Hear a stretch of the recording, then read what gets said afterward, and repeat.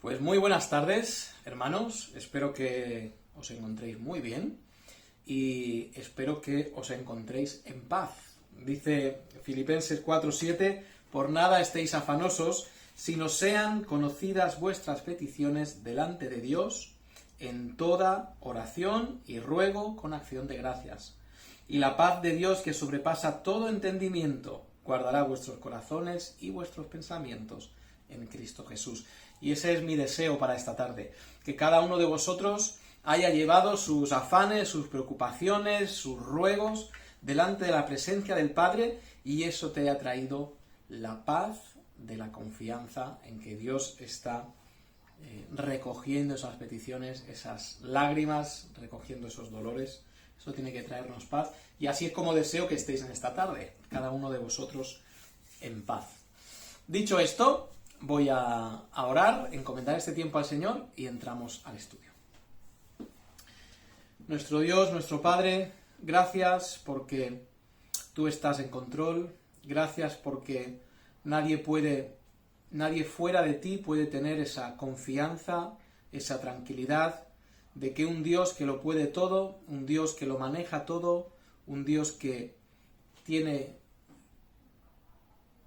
ejerce su voluntad de una forma perfecta siempre, está en control y está a nuestro cuidado, Señor. Nosotros podemos decirlo con la boca grande, que tú estás en control y que todo lo que ocurre está bajo tu supervisión. Señor, con esta paz, con esta tranquilidad, ruego que, pensando un momento en la pandemia que estamos viviendo, que con todas las informaciones que tenemos, Señor, que no sacudan nuestra vida espiritual, sino que nos hagan aferrarnos a ti y encontrar la paz que necesitamos en ti. Tú eres bueno, eres lleno de misericordia siempre, por eso te alabamos y encomendamos este momento que vamos a abrir tu palabra para que nos traigas tú esa bendición que necesitamos y esa enseñanza que necesitamos. Gracias en el nombre de Cristo. Amén. Muy bien, entramos en materia. Si os acordáis, la semana pasada hablé de diáconos, pastores, obispos y ancianos. Esos cuatro roles, esos cuatro papeles que encontramos en la Iglesia. Y dije que ancianos, obispos y pastores realmente son el rol de liderazgo, que puede variar en algún aspecto u otro, pero básicamente ellos son los líderes de la Iglesia. Y aclarado eso, quería aclarar dos cosas la semana pasada, que esos títulos corresponden al liderazgo de la Iglesia y también que estos títulos se ven siempre en plural, ¿de acuerdo? Los líderes se ven siempre en plural. Aclarado eso, hoy quería hablar de cómo se gobierna una iglesia. Ahora que hemos establecido que hay ciertos roles que son de liderazgo, ¿cómo gobernamos la iglesia? La iglesia es una democracia, que al final algo se somete a votación y lo que diga la mayoría es lo correcto y es la verdad, aunque contradijera la Biblia. ¿La mayoría tiene la razón? ¿Deberíamos ser totalmente congregacionalistas, donde todo se somete a votación de la congregación? ¿O deberíamos tener un solo líder, que él dirige sobre todo y decide sobre todo y administra sobre todo? Para responder estas preguntas, lo voy a hacer en dos partes. La primera parte es ver cómo lo hacían en los tiempos bíblicos. Cuando la iglesia nace, en el Nuevo Testamento, qué parámetros, qué vemos sobre el gobierno de la iglesia y a qué conclusiones podemos llegar sobre el gobierno de la iglesia en aquellos días. Y la segunda parte va a ser decidir si lo que se hacía en aquellos días es válido para hoy. Si ese patrón es válido para hoy o ese patrón quizá ha quedado obsoleto. Eso es lo que quiero ver. Voy a dividirlo en esas dos partes. Muy bien. Respecto al gobierno de la Iglesia, rápidamente vimos Hebreos 13, por ejemplo, que habla de pastores. Si os acordáis, dije que literalmente la palabra es líder, no pastor. Pero dice, acordaos de vuestros pastores. Vemos un grupo de líderes. Esos líderes, uno podía ser más maestro, otro podía ser más pastor, cuidador de las ovejas, otro podía tener el don de profecía, de distinguir y entender bien el texto bíblico. Podíamos tener evangelistas. Bueno, dentro de esos pastores, de esos líderes de cada iglesia podían haber varios roles.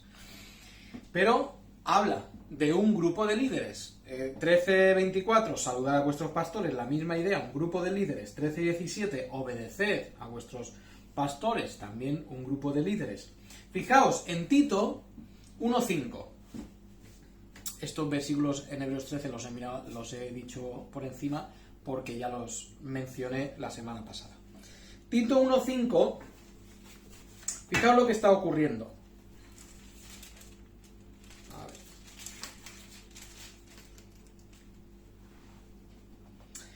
Fijaos, esto es Pablo escribiendo a Tito, ¿de acuerdo? Por eso la carta se llama la epístola del apóstol San Pablo a Tito. Por esta causa te dejé en Creta, para que corrigieses lo deficiente y establecieses ancianos en cada ciudad, así como yo te mandé.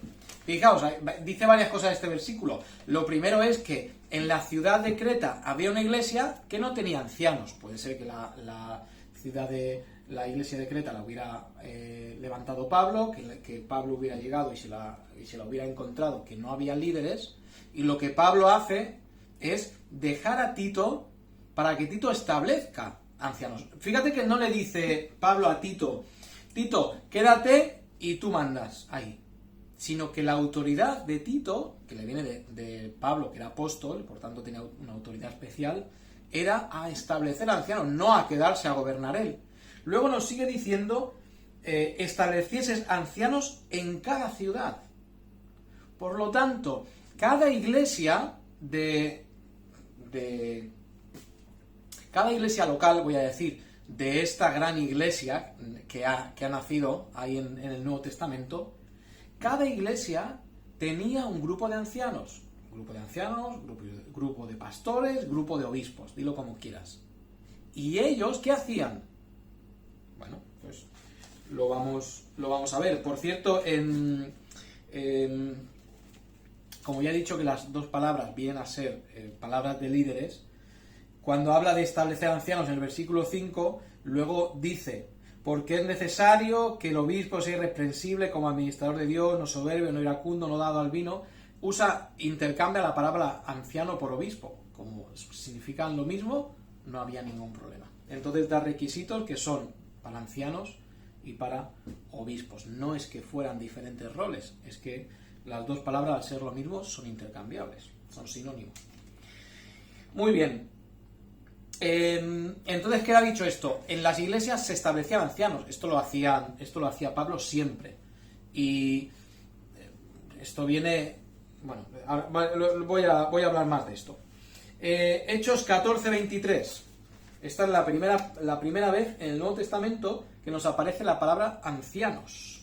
Hechos 14:23. Este es Pablo y Bernabé, si no me equivoco. Sí.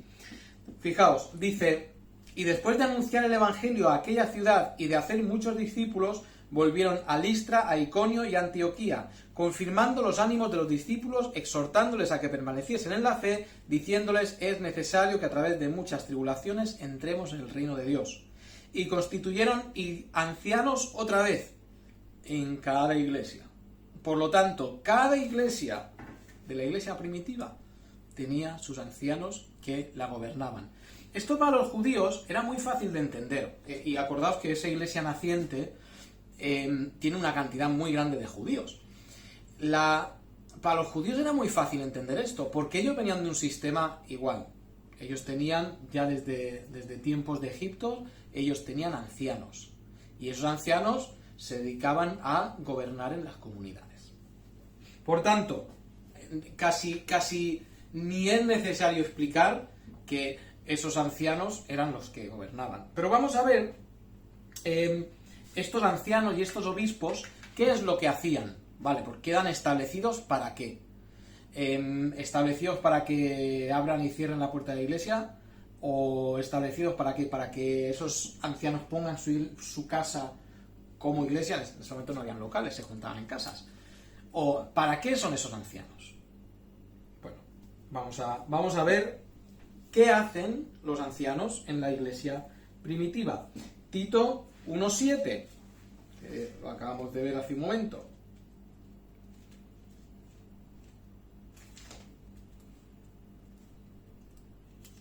Tito 1:7, de donde veníamos.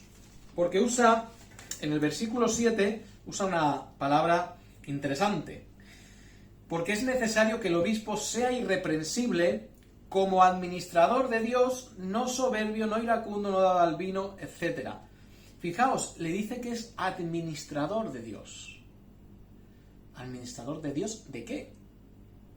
Muy bien, la palabra administrador en griego es la palabra oikonomos. Oiko en griego es casa, nomos es ley.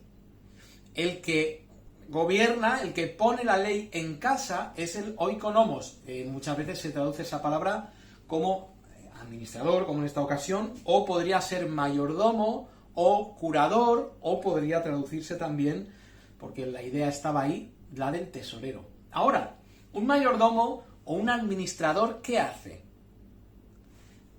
No administra lo que es suyo, administra lo que es de otro. Por eso es un mayordomo. Si no, no sería un mayordomo, si no sería el jefe de la casa, sería el padre. Pero aquí nos da el papel de alguien que administra lo que no es suyo para alguien que está por encima de él.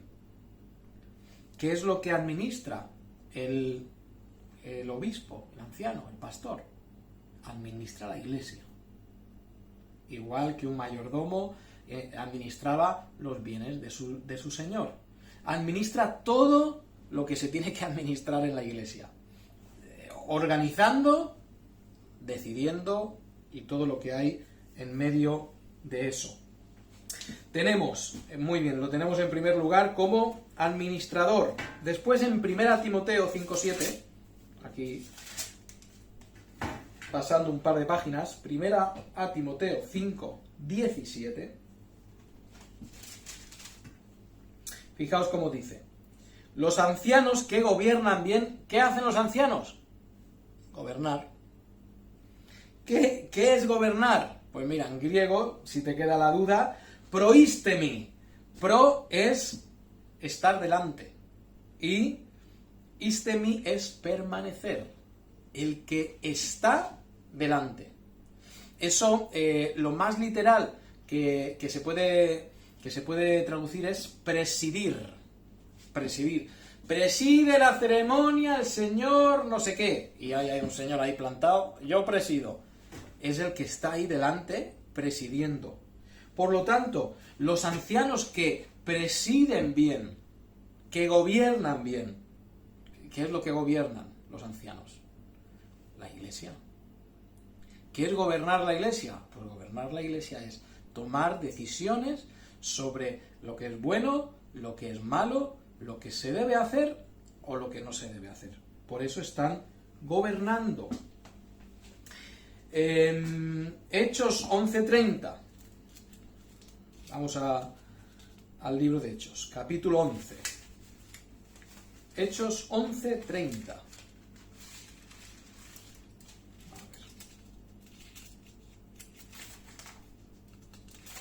Más cosas, vamos a seguir viendo cosas que hacen los ancianos, los obispos, los pastores. Hemos visto administrar, hemos visto gobernar y ahora vamos a ir un poquito más al detalle. Hechos 11:30. Muy bien, tenemos a la iglesia en Antioquía que ve la necesidad de que están pasando las iglesias en Judea, en Jerusalén y alrededores. Y muy amplios, toda la zona de lo que sería Israel, ¿de acuerdo? Fijaos, entonces los discípulos, cada uno conforme lo que tenían, determinaron enviar socorro a los hermanos que habitaban en Judea. Pues tienen un corazón muy bueno, como debe ser, y dicen, vamos a enviar para ayudarles, vamos a enviar dinero. Lo cual, en efecto, podría ser comida también, lo cual, en efecto, hicieron enviándolo a los, ¿quién? A los ancianos, por mano de Bernabé y de Saulo. Le dan a Bernabé y Saulo ese socorro, determinaron enviar socorro, envían eso, se lo dan a Bernabé y a Pablo, y a Saulo, y ellos lo llevan y se lo dan ¿a quién? A los ancianos. Ahora, acuérdate, en Jerusalén hay apóstoles, sí, pero en toda Judea, donde se habían establecido iglesias, había ancianos. Por lo tanto, se entrega a esos ancianos de la zona de Judea, y esos ancianos administran lo que reciben para darlo de la forma que ellos creen que tienen que darlo. Por lo tanto, les vemos administrando también asuntos económicos. No solamente gobernando sobre decisiones o administrando si hacemos o no hacemos, sino que administrando en esta ocasión explícitamente bienes. Por lo tanto, les vemos manejando la economía, las necesidades de la Iglesia. Efesios 4:11, voy a decir este es seguramente el más importante, iba a decir,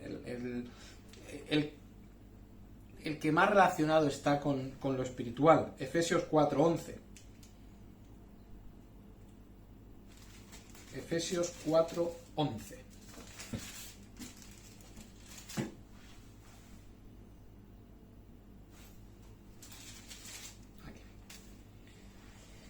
Este pasaje, que lo hemos visto igual ya hace unos meses en la Iglesia, habla de los dones que Dios ha dado a la Iglesia. Y leo desde el versículo 11, Efesios 4:11. Él mismo constituyó a unos apóstoles, a otros profetas, a otros evangelistas, a otros pastores y maestros, los establece en la Iglesia, los pone en la Iglesia, ¿a fin de qué? Estos pastores, maestros, estos evangelistas, estos líderes que se les da, que Dios da a la Iglesia, ¿para qué los establece? Otra vez, ¿para que estos líderes abran y cierren la puerta de la Iglesia? ¿O para que vayan a hacer la transferencia al banco? ¿O que estén limpiando la Iglesia? Fijaos el 12. A fin de perfeccionar a los santos para la obra del ministerio, para la edificación del cuerpo de Cristo. Para que ellos, estos líderes de la Iglesia, estos responsables, perfeccionaran, es la palabra, perfeccionaran a los santos. Por tanto, todos los dones que han recibido los líderes, en el contexto de la Iglesia, por supuesto, son para mejorar a estos santos, para que estos santos sean perfeccionados, mejorados, y estos santos puedan edificar la Iglesia. Por lo tanto, han recibido dones directos para los miembros de la Iglesia. Y se tienen que encargar de hacer esto, por medio de la enseñanza, de la exhortación, de la amonestación, de todas las herramientas que Dios ha dado a los líderes, santificar, perfeccionar a los santos. Más cosas, pues, que hacían estos líderes de la Iglesia primitiva. Pues tenemos en primera de Pedro, capítulo 5. Primera de Pedro, capítulo 5.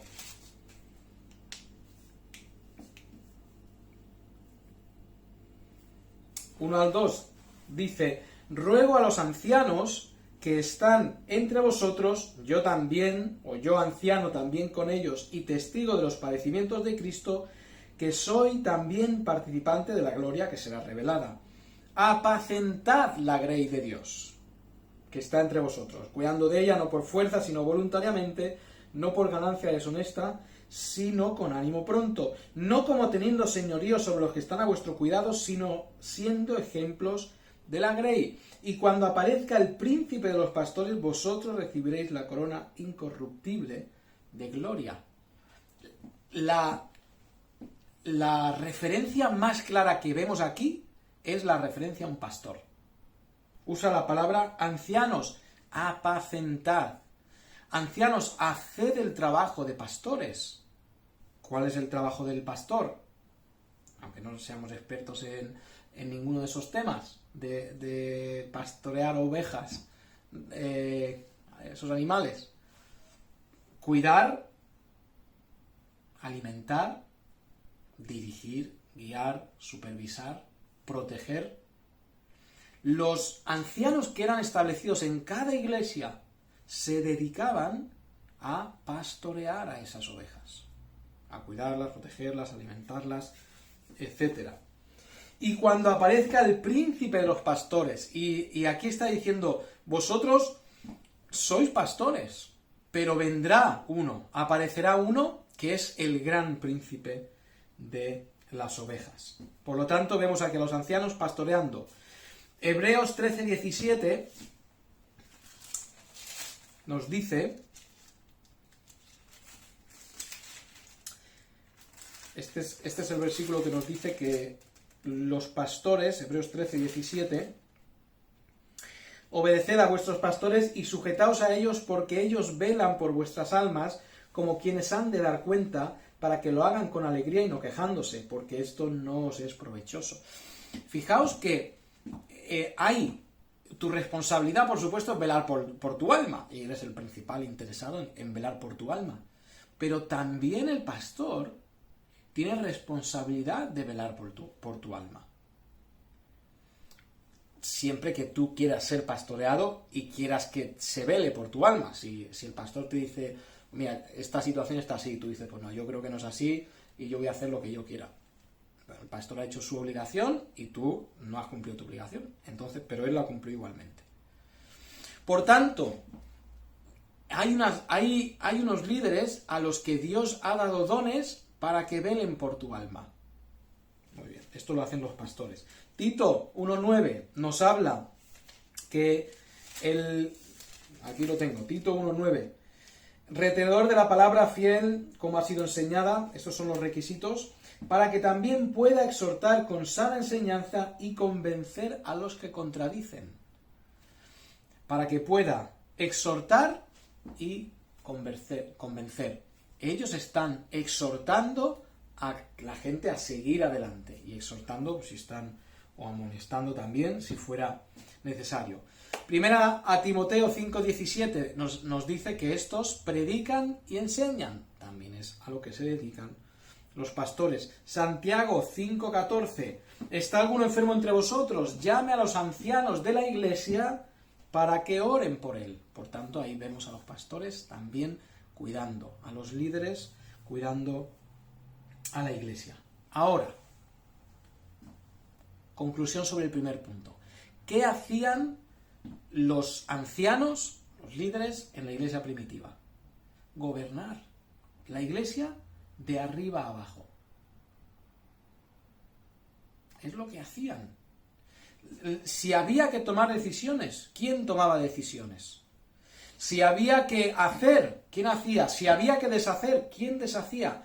Había un liderazgo para nada democrático. Para nada democrático. Esto es lo que veía, esto es lo que nos dice la Biblia. ¿La iglesia tiene su lugar? Por supuesto que la asamblea tiene su lugar.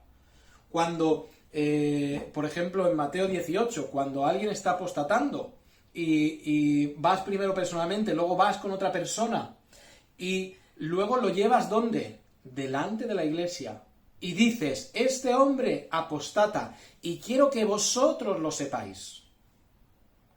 ¿La iglesia tenía que votar por si era apóstata? No. A la iglesia se le presentaba el caso de apostasía. Y se decía, ahora este hombre no está en comunión. No vemos a la iglesia tomando decisiones. Vemos a los líderes puestos por Dios tomando decisiones. Ese es el modelo bíblico. Nos guste o no. Sabéis que hay muchas cosas que nos chocan de la cultura en la cual se escribió la Biblia. nosotros, las cosas que vemos en la Biblia que a nosotros nos chocan, tenemos que poder decidir si, o tenemos que tener la sabiduría de decidir si son usos y costumbres de ese día, si son formas de poner en práctica los principios espirituales, por lo tanto no hay que imitarlos, o es un principio espiritual, por lo tanto hay que imitarlo. Os pongo un ejemplo. El principio espiritual de dar al necesitado, esto es en cualquier lugar del mundo, en cualquier ocasión, dar al necesitado y dar a tu hermano también. ¿Cómo se practicaba? ¿Cómo era la aplicación de ese principio espiritual en la iglesia primitiva? O en la iglesia, mejor dicho, en la iglesia muy primitiva, al principio de Hechos. ¿Hay necesidades? Oye, pues toma mi chaqueta, toma mi esto, te lo doy todo, y lo tenemos todos todo en común. Eso es una aplicación, no es un principio espiritual, si no lo teníamos que hacer nosotros, tenerlo todo en común. Pero el principio espiritual es dar al necesitado según esté en tu mano. Por tanto, cuando llegamos al gobierno de la Iglesia, tenemos que decidir entonces si este modelo en el cual los líderes de la Iglesia gobernaban de arriba abajo la Iglesia, si es un modelo que vale para nosotros o si es un modelo que tenemos que cambiarlo. Podríamos decir, hombre, eso está muy lejos en el tiempo, ya ha quedado obsoleta esa forma de gobierno. Ahora estamos en una post-sociedad moderna, una sociedad muy avanzada, una sociedad de gente libre, una sociedad de gente pensadora, una sociedad de gente autónoma. Hombre, no vamos a usar un sistema bíblico, vamos a usar otro sistema democrático. Por ejemplo, que en la Iglesia se decidan cosas por votos. ¿Alguien está en adulterio? Pues que se vote si eso está bien o está mal. Y el que quiera decir que el adulterio está bien, que dé su voto a que sí, claro, si cada uno es libre para decidir. Y el que esté de acuerdo, y el que no esté de acuerdo y crea que eso no está bien, que ponga un no. Y ahora, si gana el sí, ¿qué hacemos? Podríamos decir, o debemos decidir, si el modelo bíblico es un modelo que tenemos que usar o es un modelo que tenemos que desechar y coger un modelo nuevo. Yo tengo aquí varias pistas para ayudarnos a decidir si el modelo bíblico es para nosotros o no es para nosotros. En primer lugar, en ese modelo bíblico estaba claramente establecido el sometimiento. Tú tenías un líder de la iglesia, un pastor, un obispo, al cual te tenías que someter. Y de sobra en la Biblia encontramos sobre el sometimiento a los pastores. Muchísimo sobre el sometimiento a los pastores, sobre el honor del pastor, de los ancianos, de los obispos. Por lo tanto, era muy claro el sometimiento. Pero claro, ellos tenían a favor voy a decir, que en su sociedad todo era sometimiento. Ellos tenían muy claro el sometimiento, le gustara o no, ¿de acuerdo? Yo creo que está en el corazón del hombre no querer someterse. Pero ellos tenían un rey que no habían votado. Ese rey había llegado de alguna forma al poder. No elegían sus alcaldes.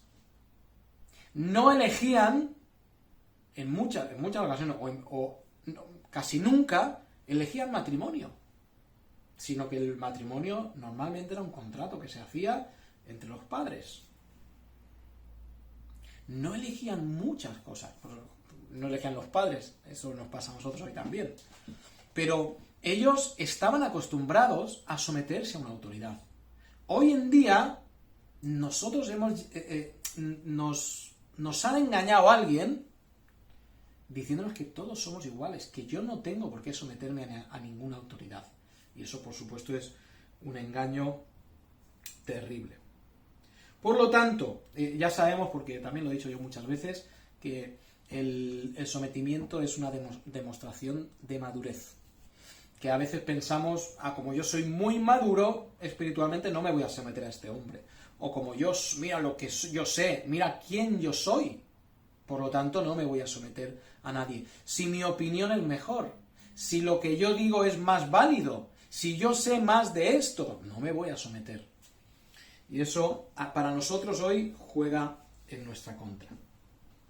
El más espiritual es el que más se sujeta. Filipenses, tenemos a Cristo siendo el hombre más sujeto que podría existir. En segundo lugar, una segunda pista para ayudarnos a decidir. Se trata de los dones. Debemos identificar o reconocer si Dios es el que da los dones de liderazgo. Si Dios es el que le da al pastor los dones para tener la capacidad de gobernar la iglesia. ¿O de quién viene eso? Si no viene de Dios. Si yo tengo el entendimiento de decir el hombre que Dios ha puesto o los hombres que Dios ha puesto como mis líderes, tienen directamente de Dios la capacitación y los dones para decidir, si yo entiendo eso, yo puedo dar un paso atrás y decir amén a lo que están diciendo. Han dicho que las cortinas, en vez de ser rojas, hay que cambiarlas a azules. Dios les ha dado a ellos el don para decidir la capacitación. Y aunque yo me crea más capaz, su capacitación no es académica ni dineraria, económica, es una capacitación que viene directa de Dios. Ahora, eso molesta, ¿no? Porque a veces vemos a un líder que tú dices, yo soy más listo que él, y yo estoy más cualificado que él. Pero Dios no me ha dado a mí eso. Dios no me ha dado a mí los dones para estar ahí. No me ha dado lo que yo necesito bíblicamente para estar en ese lugar. O la iglesia no me reconoce a mí la espiritualidad, la madurez o los dones para gobernar. Pero a Él sí. Y a veces esto cuesta. Porque a veces cuando Dios da a alguien algo que nosotros deseamos, molesta. Porque lo quiero yo. No quiero que lo tenga Él. Lo quiero yo. Por lo tanto, forma parte de aceptar la voluntad de Dios, de los líderes que Dios ha puesto sobre nosotros. Si no, la otra opción que tendríamos, si no queremos reconocer que esos dones vienen de Dios, la otra opción es que digamos que esos dones no existen ya. Esos dones ya no existen. Dios ha dejado de dar dones de pastor, de maestro, de evangelista, de todo esto. Eso ya no está. Ahora hay democracia. Ahora todos estamos igual de capacitados para decidir, todos estamos igual, todos hemos recibido lo mismo de Dios, por lo tanto, todos podemos decidir qué es bueno o es malo para la iglesia.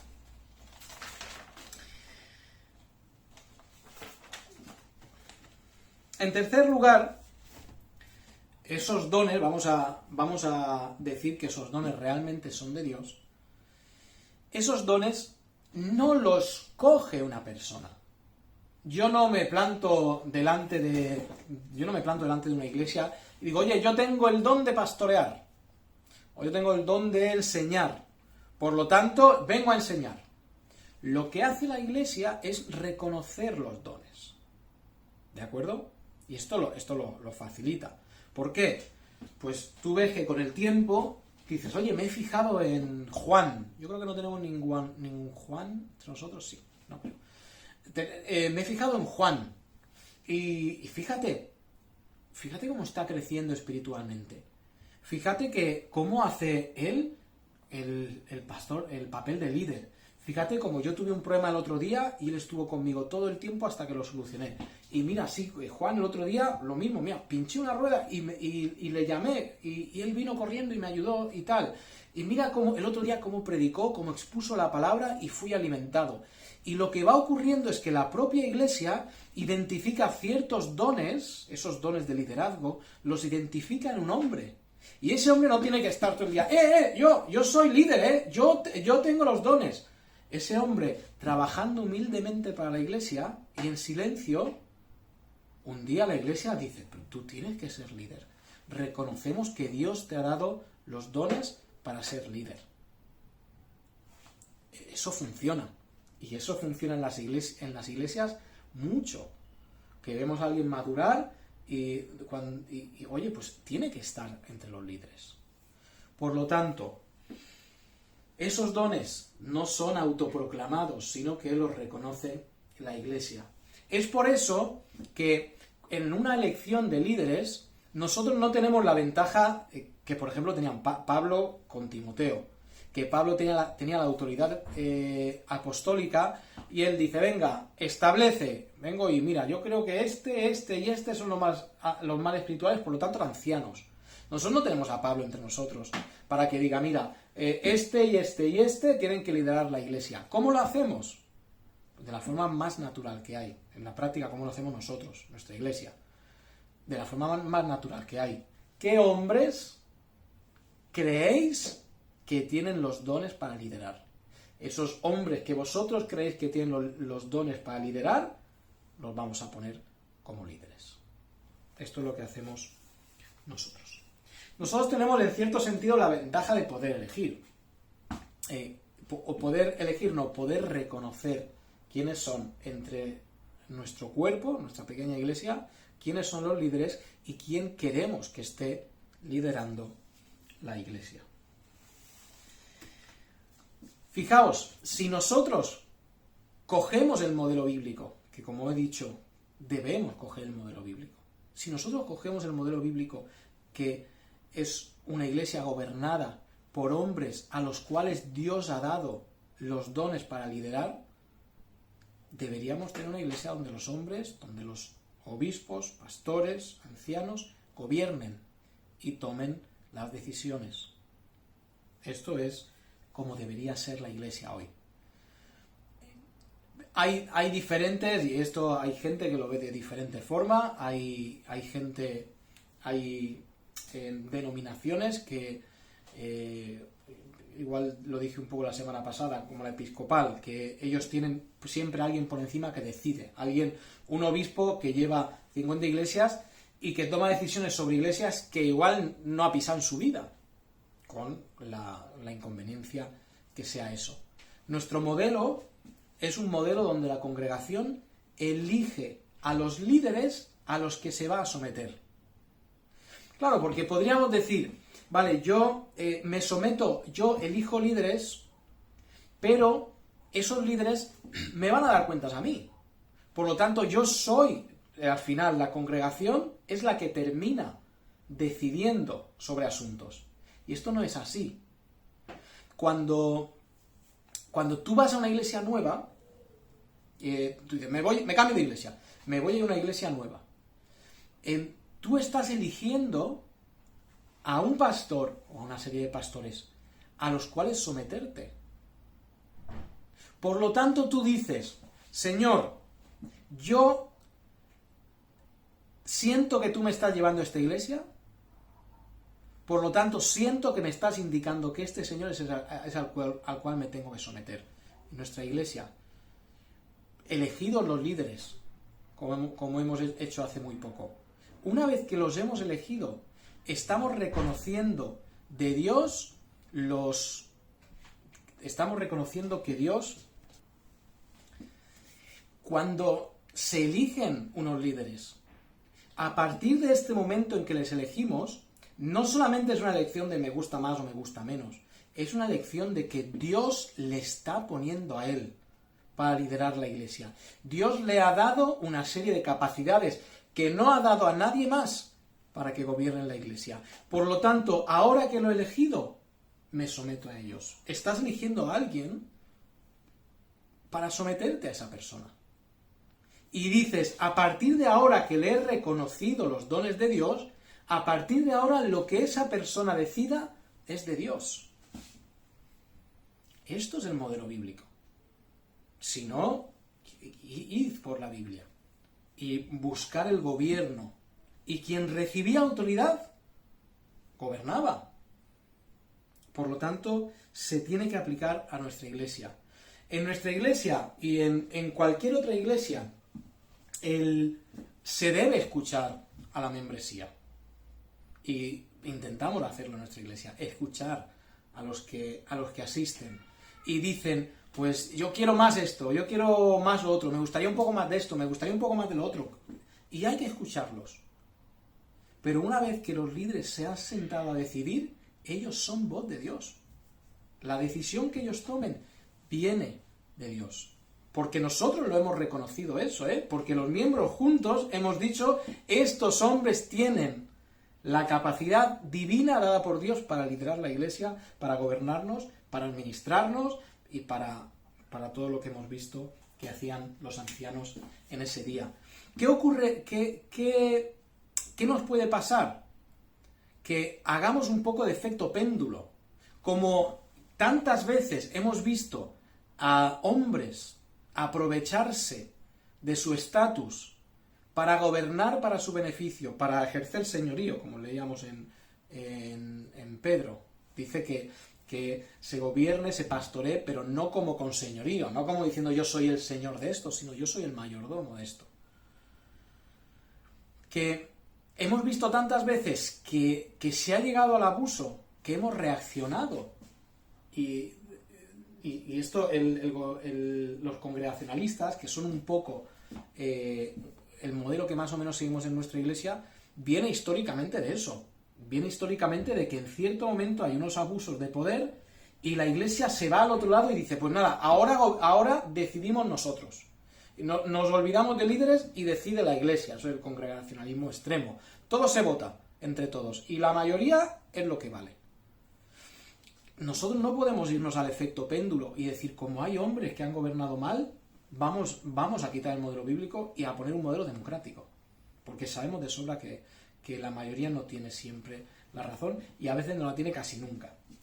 Y, por tanto, enfoquemos bíblicamente el gobierno de la iglesia y entendamos que Dios nos ha dado y ha puesto en nuestras iglesias. Por eso podemos ver nuestra iglesia y ver hombres liderando. Podemos ver la iglesia de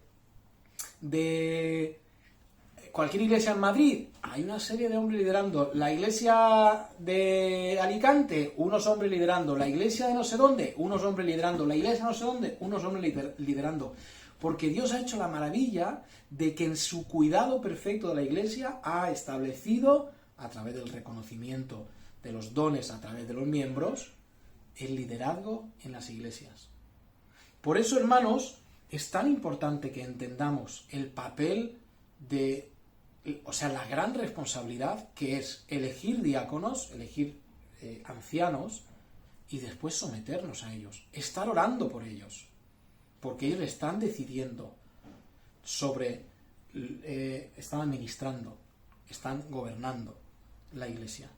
Por supuesto, podríamos hablarlo, vamos a ver si podríamos hablar de muchos temas más, de sus responsabilidades, podríamos hablar de qué tiene que estar haciendo o qué debería hacer. Podríamos hablar de su honor, porque la Biblia nos habla también del honor del que es líder de la iglesia. Podríamos hablar de cuándo una persona deja de ser líder de la iglesia, que por cierto ahí la membresía tiene que reconocerlo. Podríamos hablar de muchos temas. No sé si voy a seguir hablando de estos temas, pero espero que os haya quedado un poco más claro y por supuesto que haya sido de enseñanza y que entendamos que hay mucha responsabilidad en elegir líderes y por supuesto los que somos líderes tenemos una enorme responsabilidad sobre nosotros de la cual daremos cuenta delante de Dios. Si queréis que hable más de este tema, pues decidme y lo ampliaré. Si no, por supuesto que, como siempre, gracias a Dios por los líderes de esta iglesia y que Dios nos permita gobernar con sabiduría y con amor hacia su pueblo, por supuesto. El Señor os bendiga y nos veremos domingo, Dios mediante. Un saludo.